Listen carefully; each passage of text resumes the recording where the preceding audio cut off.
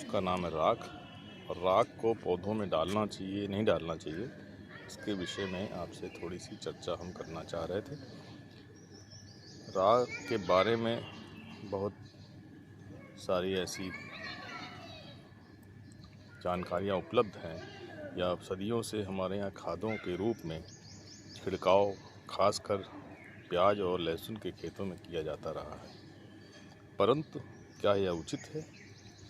कहीं कहीं ये भी देखा गया है कि राख का प्रयोग गमलों में या खेतों में भी छिड़काव रूप में किया जाता है। कभी इसको फंगीसाइड के नाम से दिया जाता है, कभी कैल्शियम या कभी पोटास। इसमें कोई दो राय नहीं कि राख में मौजूद बहुत सारे पोषक तत्व उपलब्ध हैं यानी मौजूद हैं, लेकिन इसका ये मतलब नहीं है कि ये पौधों के लिए उपयोगी हैं या पौधे इसको शोषित कर भी पाते हैं या नहीं। इसी बारे में हम जानने की आज कोशिश करेंगे कि राख को हम पौधों में डालें या न डालें। दोस्तों, अगर आप देखते रहेंगे और समझने की कोशिश करेंगे तब राख के इस रसायन विज्ञान को आप भली भांत समझ जाएंगे।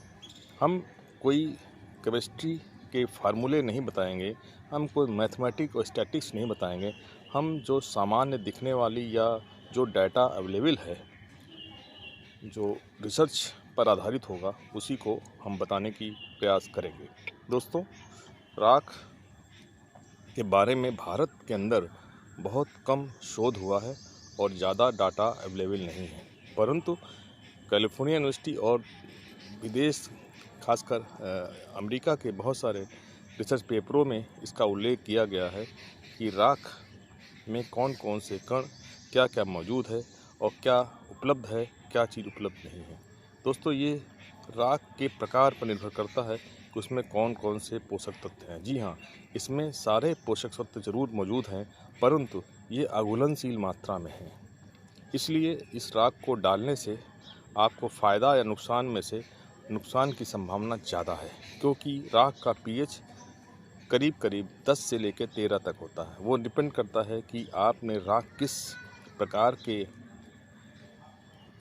लकड़ियों से प्राप्त की है। अगर बड़े आकार की लकड़ी है तो उसका पीएच कंपैरेटिवली जो टहनियों और पत्तों से तैयार की गई राख से कम होगा, यानी 10 के आसपास होगा, जबकि टहनियों और जो कवर होता है, खोल है लकड़ी के, उससे तैयार की राख का करीब करीब 13 होगा।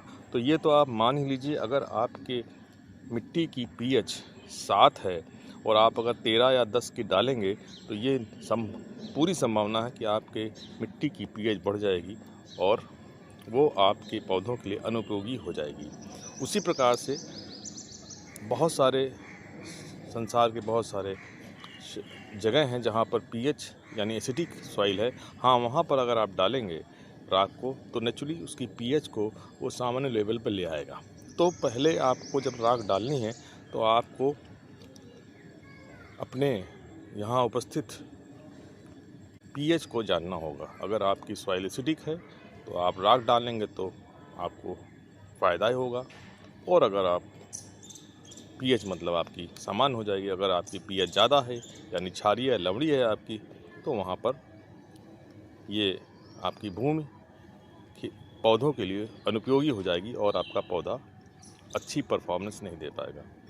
इस विषय पे और अधिक चर्चा करते हुए ये देखा गया है कि नॉर्थ ईस्ट एरिया में, अपने भारतवर्ष में, वहाँ की सॉइल एसिडिक होती है, वहाँ पर इसका प्रयोग सदियों से किया जा रहा है। इसलिए वहाँ पर थोड़े से रिजल्ट हो सकते हैं, परंतु इनका कोई भी वैज्ञानिक आधार अभी तक उपलब्ध नहीं है। इन सब चीज़ों को देखते हुए हम पुनः इस पर चर्चा जारी रखेंगे। तो जो आप ये राख देख रहे हैं, ये हमने होली की राख इकट्ठी करी है। होली के इस पावन पर्व पर हमारे सभी मित्रों को होली की हार्दिक शुभकामनाएं। जी हाँ, आप देख रहे हैं यूट्यूब चैनल राम की बगिया। दोस्तों, इस विषय को हमने आज इसलिए लिया है क्योंकि बहुत सारे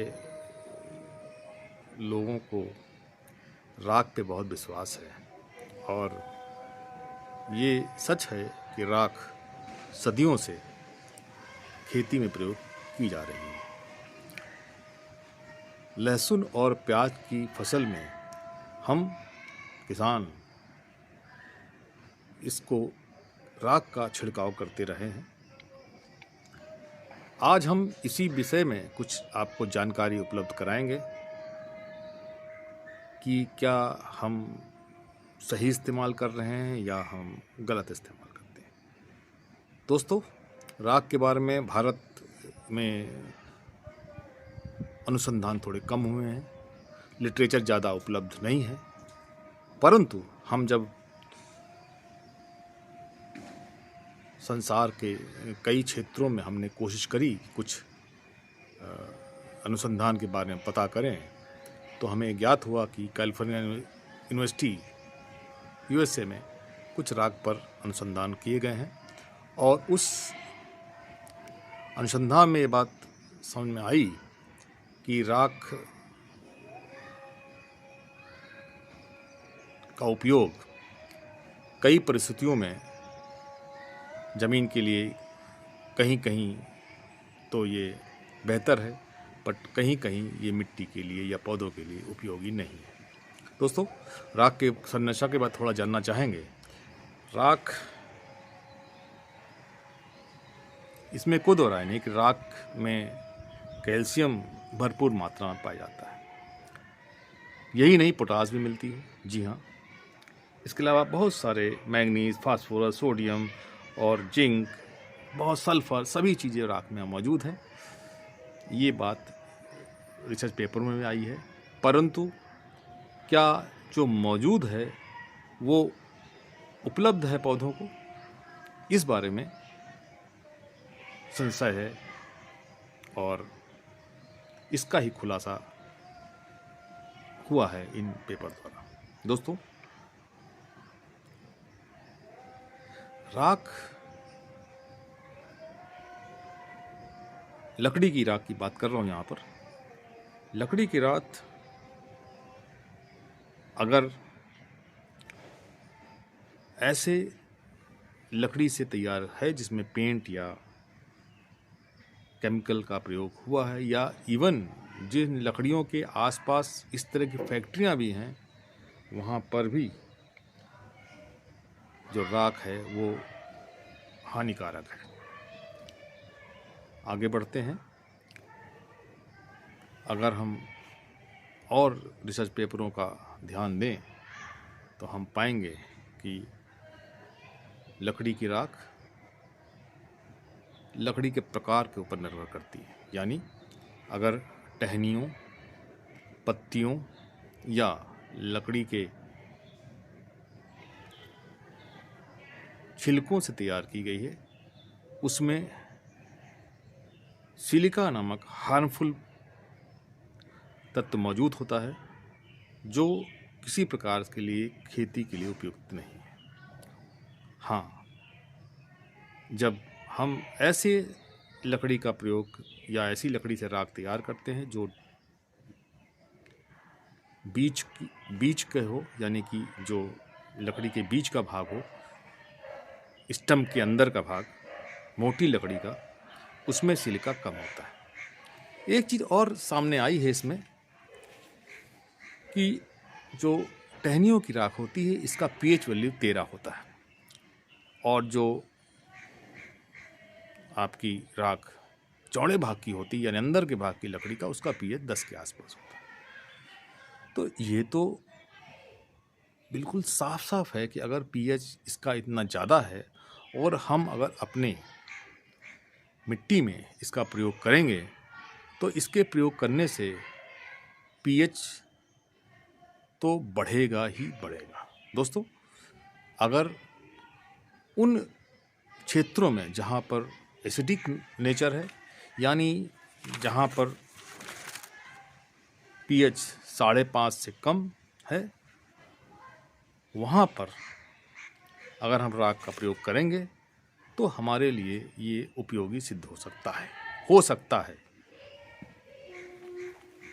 उसी प्रकार से अगर जहाँ का पीएच पहले से ही 7 है या 6.5 है, अगर हम वहाँ राख का प्रयोग करेंगे तो वहाँ पीएच बढ़ेगा और ऐसी परिस्थितियों में हमको इसके प्रयोग से दुष्परिणाम हमारे बेजुबान पौधों को भुगतने होंगे।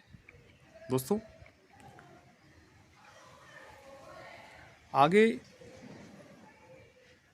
और अध्ययन करने पे पता लगा, देखिए जो भी हम बातें यहाँ बताने की कोशिश कर रहे हैं, ये जो रिसर्च पेपरों में आया है और उसकी भाषा में केमिस्ट्री या उसकी मैथमेटिक्स या उसके डेटा के अंदर हम नहीं जाना चाहते हैं, क्योंकि वो बहुत ही क्लिष्ट है। लेकिन जो सामने सामने दिखाई दे रहा है कि पीएच बढ़ी हुई है, तो हमें इसका प्रयोग अपनी मिट्टी के प्रकार के अनुसार ही करना चाहिए। बाकी आप स्वयं बुद्धिमान हैं और आप स्वयं निर्णय इसका ले सकते हैं कि हमें, किसान भाई खासकर ध्यान दें, अपनी पीएच पहले चेक कराएं, परीक्षण कराएं, उसके बाद ही राख का प्रयोग करें। दूसरा दोस्तों, इसमें राख में ये भी पाया गया है कि बहुत सारे मेटल्स, हार्मफुल मेटल्स जैसे आर्सेनिक, मरकरी, ये भी पाए जाते हैं। ये पूरी तरह से हमारे पौधों के लिए अनुपयोगी है। उसी प्रकार से अगर हम और गहन अध्ययन करें तो हम पाते हैं कि राख में अगर जो भी तत्व पाए जाते हैं, जैसे कैल्शियम, पोटास, फास्फोरस, इसमें भी कोई दो राय नहीं, ये सारी चीज़ें इसमें पाई जाती हैं, परंतु ये घुलनशील अवस्था में नहीं है। इनको पाने के लिए बहुत ही मेहनत करनी पड़ती है, तभी ये सब चीज़ें पौधों को उपलब्ध हो सकती हैं। तो जब हम इस प्रक्रिया में गए तो पता चला कि अगर 1 किलो राख को गर्म पानी में उबालने के बाद छाना जाए और ये प्रक्रिया कम से कम 3 बार की जाए, तब जाके जो आपको राख का पानी मिलेगा वो कुछ हद तक उपयोगी हो सकता है, जिसे हम राख के अर्क के नाम से प्रयोग करते रहे हैं। दोस्तों, इस प्रक्रिया के बाद ही राख थोड़ी सी उपयोगी हो सकती है। फिर आपको निर्णय लेना है कि हमें डायरेक्टली राख का मिट्टी में प्रयोग करना है या नहीं करना है। किसान भाइयों, आप राख के बारे में जानकारियों का संग्रह करें, फिर देखें कि इससे आपको फ़ायदा होता है या इससे नुकसान होता है। दोस्तों, राख को 3 बार प्रक्रिया से गुजरने के बाद, छानने के बाद जो रेसिडुअल बचेगा उसको पॉट ऐश के नाम से जाना जाता है। और पुरातन कालों में पॉट ऐश राख से बना ही जाती थी। धीरे धीरे वो प्रक्रिया जो है विलुप्त हो गई। अब जब हम आधुनिक युग में जी रहे हैं और सारी चीज़ें रिसर्च बेस्ड हैं, तो हम राख का प्रयोग भी सोच समझकर और ध्यान से कर रहे हैं। दोस्तों, जब रिसर्च नहीं हुई थी तब पता लगता था कि सांप दूध पीता है। जी हाँ, आज हमारे पास जानकारी उपलब्ध है कि शायद ऐसा नहीं, या पहले झाड़ फूंक करके सांप का इलाज करते थे, आज सीधे सीधे इलाज के लिए आपको अस्पताल ही जाना होता है। तो जानकारी के अभाव में हम भले ही प्रयोग करते रहे हैं, जब आज आधुनिक सुविधाएं उपलब्ध हो गई हैं और सारी चीज़ें साफ साफ हैं, तब हम राख का प्रयोग सावधानी पूर्वक ही करें तो ज़्यादा बेहतर होगा। अब राख के अंदर carbon, calcium, potassium, magnesium, manganese, phosphorus, sodium सभी चीज़ पाए जाते हैं। बोरोन भी होता है, जिंक भी होता है, कॉपर भी होता है, परंतु इनकी उपलब्धता तभी है जब वो प्रक्रिया से गुजरे। तो आप लोग, ये भी एक चीज़ और सामने निकल के आई इन्हीं पेपरों को पढ़ते पढ़ते कि सोडियम भी उसमें घुलनशील अवस्था में मिलेगा राख के पानी में, सोडियम क्लोराइड के रूप में। जी हाँ, इसको बोलते हैं नमक, और ये हार्मफुल है। सोडियम कार्बोनेट मिलेगा जो घुलने वाला सोडा है, ये भी हमारे लिए हार्मफुल है। पोटेशियम क्लोराइड मिलेगा, जी हाँ यही MOP खाद है, ये हमारे लिए यूज़फुल है। पोटेशियम क्लोराइड मिलेगा, पोटेशियम कार्बोनेट मिलेगा, पोटेशियम कार्बोनेट को पोटेशियम ऐश बोलते हैं, ये यूज़फुल है। पोटेशियम क्लोराइड है, इसको MOP खाद बोलते हैं, ये यूज़फुल है। कैल्शियम क्लोराइड मिलेगा, ये कैल्शियम की खाद है, ये भी यूज़फुल है। और कैल्शियम कार्बोनेट मिलेगा, ये भी यूज़फुल है। और इसके बाद बहुत सारा हाइड्रोक्साइड मिलेगा जो चूना पत्थर मिलेगा। इस प्रकार से कुछ चीज़ यूज़फुल अवश्य हैं, परंतु वो सब चीज़ें तभी अवेलेबल हैं जब आप इसमें काफ़ी प्रक्रिया, इसकी जटिल प्रक्रिया से गुजरने के बाद जो हम उससे निकालेंगे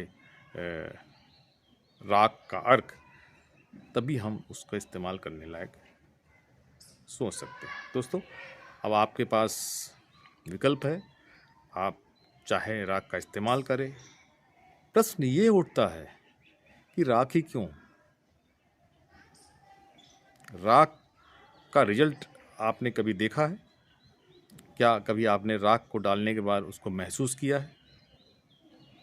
इन सवालों का जवाब स्वयं ढूंढिए। जब केमिकल के सारे ऑप्शन अवेलेबल हैं जो साइंटिफिक रूप से प्रूव्ड हैं कि NPK के माध्यम से आपको नाइट्रोजन, फास्फोरस और पोटेशियम अवेलेबल है, DAP, SSP, कैल्शियम, इस तरह की सब चीज़ें, सबके विकल्प आपके पास अवेलेबल हैं, तो उस दशा में हमें ऐसी कौन सी ज़रूरत या इमरजेंसी है कि हम राख का ही प्रयोग करें? जो लोग राख का प्रयोग फंगस के रूप में कर रहे हैं वो लोग ध्यान से इस बात को समझ लें।